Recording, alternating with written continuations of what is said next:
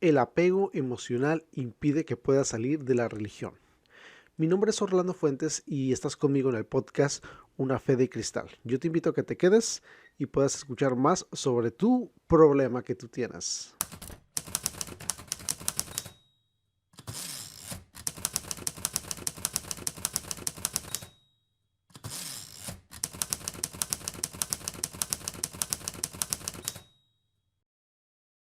Uno de los más grandes problemas para que una persona pueda salir de la religión o de su denominación para seguir un camino más de perfección, un camino de lo que considera la verdad, de alguna manera yo creo que uno de los impedimentos principales es el apego emocional. Vamos a estar hablando acerca sobre qué es el apego emocional y cómo se desarrolla dentro de un ecosistema socio-religioso y cómo de alguna manera eso nos impide de alguna manera poder seguir lo que conocemos como la verdad. Ahora, viéndolo de un margen general, vamos a suponer que tú eres, no sé, un ejemplo cristiano protestante y estás en una religión como el catolicismo. Entonces, dentro de la perspectiva del protestante, el catolicismo obviamente está mal. Entonces, hay que tomar en cuenta que, por ejemplo, México es 85% católico y de alguna manera puede vincularse por medio de un amarre emocional para permanecer en un lugar donde, aunque la verdad no cree que ahí sea la verdad, por cuestiones de apegos emocionales, tiene que estar ahí o está en ese lugar. Entonces, vamos a hablar de ese tema. Igual lo mismo aplicaría de una denominación a otra. Testigo de Jehová, a, no sé, a la denominación Asambleas de Dios o de la Apostólica, a, no sé, ¿qué te gusta? La denominación bautista, de adventismo, por ejemplo, judaísmo, qué sé yo. Bueno, entonces, de alguna manera, el apego emocional, de alguna manera es culpable, por así decirlo. No quiere decir que el apego emocional o la dependencia emocional sea algo malo. Pero viéndolo desde la perspectiva en su nivel socio-religioso, sí de alguna manera afecta para poder dar este paso de desvinculamiento emocional. Entonces, como tal, por ejemplo, no sé si les ha tocado alguna vez ver el ejemplo de una madre que defiende a su hijo y diciendo, es que mi hijo es no culpable, cuando la patrulla ya se lo está llevando, ¿no? Es el típico raterito o malandro de la colonia y la mamá afirma completamente estar segura que su hijo es una santa palomita. Y eso es porque de alguna manera lo defiende porque desde su nacimiento o incluso dentro del vientre ha creado un tipo de vínculo emocional. Y es tan fuerte el apego emocional que es ciega la situación para la madre poder ver y reconocer que su hijo pues está en malos pasos y que la verdad no está haciendo las cosas correctamente. Entonces, de alguna manera, nubla el juicio de la madre para tener su capacidad de poder ver lo que es verdad. Y al no tener esa capacidad y ese gran apego emocional, de alguna manera le impide ver la verdad. Por ejemplo, te podemos ver también la mujer que es maltratada y que de alguna manera ella se aferra de una forma emocional. Básicamente aplican la de pégame pero no me dejes. Y le puede pegar, le puede pegar una maltratada y a pesar de que internamente ella sabe que está mal lo que está sucediendo en su vida, esa persona no se desvincula, esa persona continúa, esa persona arruina su vida porque hay un cierto apego emocional que le impide salir de ese vínculo y salir a lo que considera como vivir una vida de verdad y de justicia. Por ejemplo, hay gente que depende de la aprobación externa de los demás para poder completar sus metas. Si no tiene la aprobación, si no hay bueno, hay un apego emocional, pero no, si no está la aprobación de esas personas con las cuales ha desarrollado un vínculo de apego emocional, por tanto, la persona va a ser psicodependiente. Entonces, todas sus emociones van a estar basadas en lo que los demás dependan de ellos, siempre y cuando hayan de alguna manera vinculado o desarrollado un vínculo emocional a través de los años. Entonces, este apego emocional de alguna manera se va convergiendo durante el tiempo paulatinamente entre personas y en base a la experiencia que crea el apego emocional. Una de las características del apego emocional está relacionado, por ejemplo, con el amor, el compromiso, la amistad, la lealtad, las experiencias vividas, no sé, por ejemplo, experiencias felices, experiencias tristes, reconciliaciones, cumpleaños, bodas. Entonces, todo experiencia donde pueda de alguna manera crecer ese vínculo, de alguna manera o bueno, promociona o crea un ambiente donde las personas crean un vínculo espiritual, un vínculo emocional que los entrelaza y crea aspectos como lealtades, como amistades y de alguna manera crea un vínculo de lealtad entre personas. Por ejemplo, ¿qué pasaría si una mujer trata de buscar a su hijo después de que lo abandonó en ciertos años? Lo abandonó cuando nació y 15 años después dice, ¿sabes qué? Voy por mi hijo. Pregunta, ¿el niño o el muchacho en este caso podrá reconocer a la madre, podrá tener ese vínculo emocional, ese vínculo maternal? Pues la realidad es que no, porque ya se desvinculó completamente del aspecto de la madre. Y de alguna manera es lo que tratamos de hacer nosotros aquí, pero en una forma positiva. Obviamente el aspecto del ejemplo de la madre es que la madre lamentablemente tomó una mala decisión, pero para a lo mejor seguir su vida, metas personales, una forma egoísta de vida, qué sé yo. Pero la idea aquí es que hay sectas, hay religiones, hay denominaciones que atrapan a la persona, que no la dejan ni descansar de lunes, martes, miércoles, jueves, viernes, sábado y domingo. Toda la semana la tienen atada a sus actividades. Como lo vimos en el podcast anterior, leen la Biblia, se dan cuenta que lo que les platica en el frente, en un púlpito, no está realmente relacionado con cuestiones verídicas que vengan en la Biblia y por tanto la persona está con una inquietud en su corazón, en su mente, sabiendo que lo que le predican no es cierto, pero por cuestiones de vinculación emocional, la persona está dictaminada y obligadamente o voluntariamente obligada a estar en ese lugar. Entonces, vamos a hablar o seguir.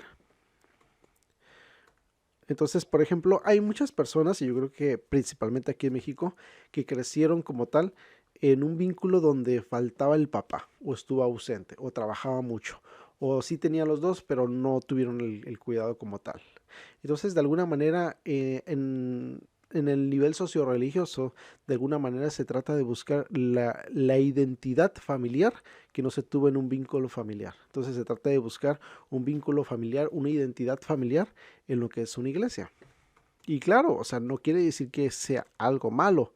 De hecho, muchas de las personas que se llegan a conocer en una congregación eh, te ayudan, dan la vida por ti, o sea, casi, casi son como hermanos.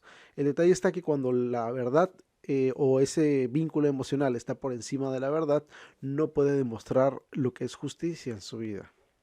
Ahora, mucha gente por ejemplo, cómo se crea un vínculo emocional dentro del ambiente socio-religioso.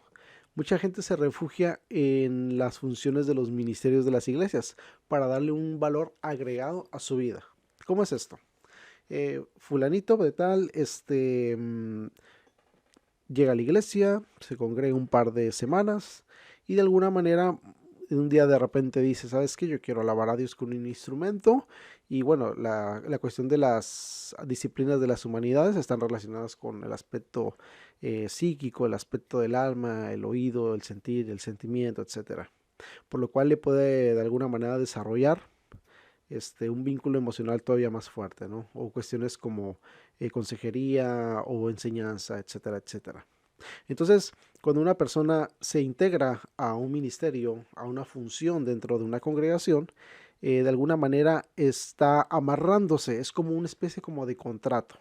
Vamos a verlo de esa manera en parte, donde involucra también los sentimientos, involucra el espíritu, involucra el alma y de alguna manera involucra un tipo de contrato implícito que no se firma, obviamente en un papel, pero de alguna manera es un contrato verbal donde la persona acepta cierto cargo y de alguna manera lo vincula a tener una función dentro de la congregación.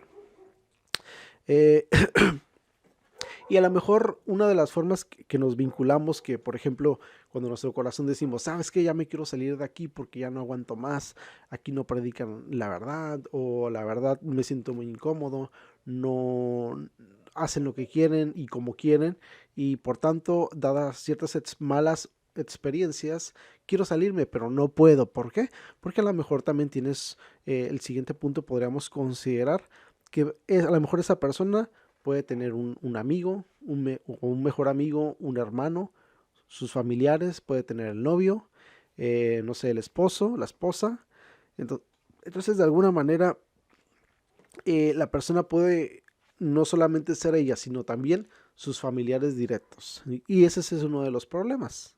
Porque, por ejemplo, vamos a poner el caso donde un chico, un joven, 19 años, quiere retirarse porque considera que necesita despejar su mente, necesita descontaminarse, necesita analizar, meditar en todo lo que cree y por qué lo cree y qué es lo que está practicando y por qué lo está practicando. Entonces, no puede retirarse de una congregación. ¿Por qué? Porque a lo mejor su papá es el pastor. Grandísimo problema, ¿no? O a lo mejor porque su familiar es su ministro, o a lo mejor su tío es el maestro, o a lo mejor su familiar es el líder de la alabanza, no lo sé. Depende del caso, cada quien tiene una circunstancia diferente. Entonces, ¿cómo de repente llegar a la iglesia y decir, ¿saben que me voy a retirar de la iglesia? Tiene la carga emocional, porque hay un vínculo emocional, una dependencia, hay una conexión. Imagínate el papá, el mamá, el tío, el amigo, chicos con los que creció toda su vida, desde parbolitos o corderitos, ya hasta su juventud grande de una edad madura, y de repente lo ven que pasa al frente de la iglesia y dice, ¿sabes qué? Me voy a retirar. Entonces, es una decisión muy dura. Emocionalmente, mucha gente prefiere mejor estar en negación y vivir toda su vida así antes que seguir la verdad. Entonces es algo bastante complicado, pero vamos a continuar hablando sobre esto. De hecho, fíjense también algo bien interesante que dentro de las mismas congregaciones se casan entre ellos y eso vincula todavía más de una manera más entrañable, porque a lo mejor el cuñado o el suegro, a lo mejor también son ministros o principales. Entonces, generalmente en las congregaciones eh, se maneja un número aproximado. Obviamente siempre hay sus singularidades donde ya rebasan cierta cantidad de miembros, pero generalmente las iglesias, bueno, al menos aquí alrededor, generalmente manejan un número entre 40 a 200 personas. Es como el estándar. Tú vas a cualquier iglesia y siempre vas a encontrar como ese número o cantidad de personas. Entonces, muy seguramente, obviamente hay congregaciones que van arriba de los 1000 o 2000, 3000, qué sé yo, pero generalmente vas a encontrar que como es un número reducido, muy seguramente la mayor parte de la gente tiene algún tipo de vinculación o participación en el ministerio, cosa lo cual vincula todavía en más el asunto. Y más, por ejemplo, cuando tomas esa decisión, por ejemplo, cuando no eres nada, ¿no? Porque uno de los pasos es que si tienes algún cargo, obviamente te vayas apartando poco a poco. Ese es uno de los pasos, hasta que no tengas ningún cargo en la iglesia y en dado momento poderte retirar. Pero resulta que una de las tácticas de manipulación que vamos a hablar más adelante, entre ellas es que cuando ya estás a punto de retirarte, se acerca el pastor, se acerca el ministro y te ofrece un cargo. Y ese es una red para que no te vayas. Es un contrato tramposo, aunque no tengas el llamado, aunque ya no tengas el deseo. Hermano, mire, le venimos ofreciendo aquí un cargo para etcétera, etcétera, etcétera, y te van a meter un verbo bien grandote y que te necesitan y que Dios te llamó, bla, bla, bla, aunque no sea cierto. Y al último que ya te dan el cargo, ya no te puedes salir. Y eso le ha pasado a muchísima gente. Así que este podcast pues, es para gente valiente, gente que aquí hablamos, como dicen ahí, sin pelos en la lengua, y de alguna manera poder ayudar a aquellas personas en su caminar. Entonces, vamos poco a poco.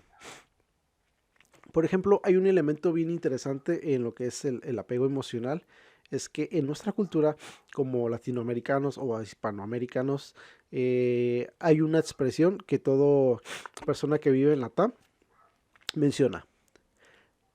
La siguiente, indica que la familia siempre es primero. Y eso te lo van a recalcar en cualquier parte. La familia siempre es primero. Ahora, si nos vamos en el contexto socio-religioso, si la familia siempre es primero y la iglesia es tu familia, entonces, ¿cómo es que te quieres separar de tu familia? Entonces, ese es un aspecto cultural, un aspecto de ideología bastante fuerte para que la gente no se salga de una congregación. A pesar de que no prediquen nada de la verdad y hagan cuanta cosa maramaña arriba de los púlpitos o enseñen cuanta herejía. Entonces, básicamente, despejarte o desprenderte de una congregación es básicamente ir en contra de esa expresión que dice la familia siempre es primero. Entonces ya la familia no es primero. Y eso es como la gente lo asocia, ¿no? De esa manera, malamente. Entonces, y más cuando tienes un familiar que es ministro o ayuda en la congregación, etcétera, etcétera. Entonces, cuando tú te alejas en ese aspecto, implícitamente está el aspecto de la familia es primero, y si ya no vas a estar conmigo en la congregación, significa que ya no te importa la familia, y la gente lo relaciona de esa forma, aunque bíblicamente pues es completamente diferente. Entonces, bueno, porque las denominaciones piensan que son el pueblo de Dios, aunque realmente hay una desvinculación entre escritura y religión. O sea, no es lo mismo. Entonces la idea en estos podcasts es que tú aprendas a distinguir entre religión y lo que es escritural. Entonces, uno de los propósitos de todos estos podcasts es que tú puedas practicar las escrituras sin practicar una religión. Entonces, sí, la religión y la práctica viene siendo algo distinto. Eh, por ejemplo, una de la evaluación que hace una persona dentro de una congregación, siempre se evalúa los pros y los contras. Aunque no lo dice, aunque está callado allá al final de la congregación, en la última silla, está meditando y dice, miré o no miré o no miré, lo hago o no lo hago. Y una de sus mentalidades siempre es ver las cosas positivas o las cosas negativas. Por ejemplo, las cosas positivas que podía pensar, dice, de alguna manera esa persona puede decir, si yo me voy, ok, entonces ya voy a tener libertad en mi fe y voy a poder seguir una fe que está pegada un poquito más a la Biblia y de alguna manera indagar en las prácticas y poder estar seguro de lo que estoy estudiando, de lo que estoy practicando, reafirmarme, descontaminarme de cosas que no son buenas, pero al mismo tiempo poder encaminarme a lo que yo puedo considerar como lo que es la verdad. Y llegar a la verdad en un estatus de justicia es una de las máximas del alma del ser humano y de sus propósitos en la vida, cosa que a veces no necesariamente es así, pero si lo sumamos en una balanza en contra de aspectos como los pro y los contra, en este caso los contras sería de por la separación familiar, el prejuicio familiar y el concepto que tendrán sobre ti, ¿no? Oye, ¿cómo que fulanito se fue, ya no está en la fe, es apóstata, es hereje, abandonó la fe, ya no es cristiano, se va a ir al infierno? Y todos los prejuicios habidos y por haber. Y de alguna manera, porque les digo, asocian la fe con la familia. Y de alguna manera quiere decir que si no quieres ir a la iglesia, con ello es igual a no querer estar con la familia. Entonces, si no quieres estar con la familia, no vas a ir a los 15 años, no vas a ir a las bodas, no vas a ir a Navidad, no vas a ir a Año Nuevo y automáticamente eres la oveja negra de la familia, automáticamente.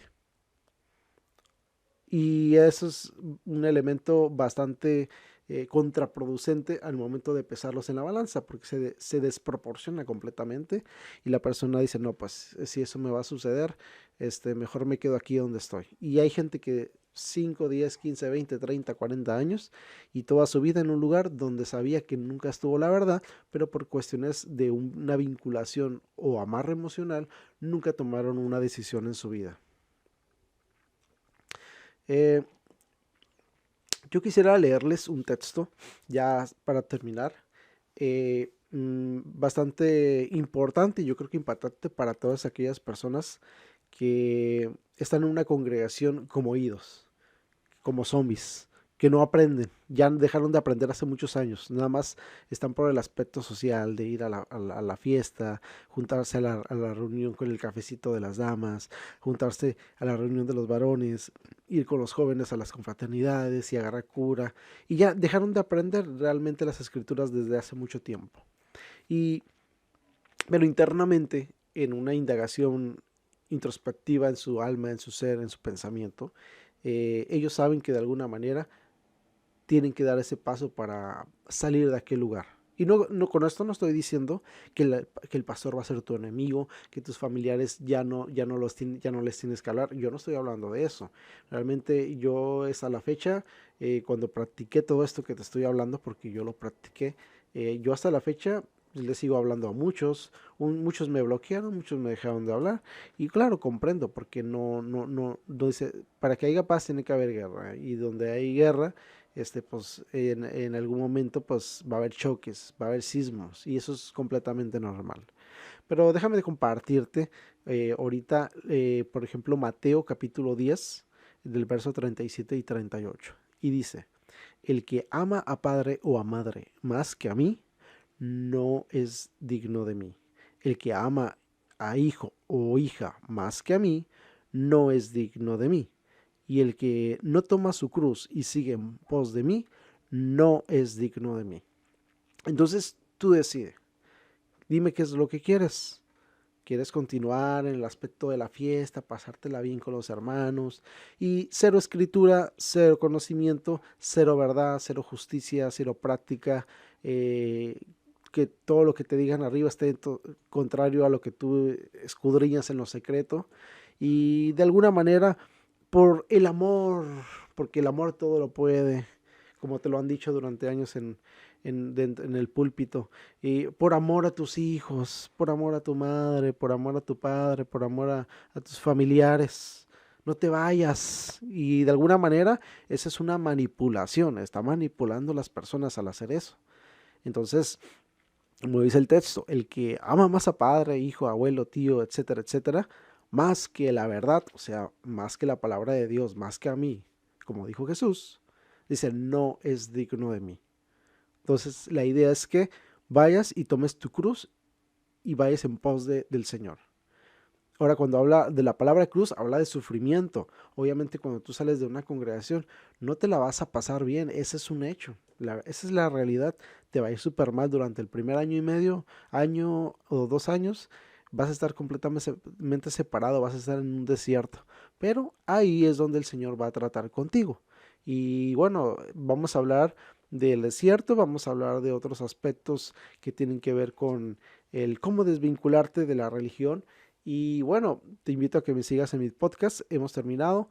Hasta aquí es mi participación. Si te ha gustado el video, yo te invito a que de alguna manera puedas darle like, puedas compartir, puedas meditar, puedas volver a ver el video para que analices en qué posición estás. Y te invito a que sigas mis redes sociales y nos estamos viendo y yo creo que en el siguiente podcast. Muchas bendiciones. Por mi parte es todo. Mi nombre es Orlando Fuente. Estás en un podcast en Una Fe de Cristal. Muchas bendiciones.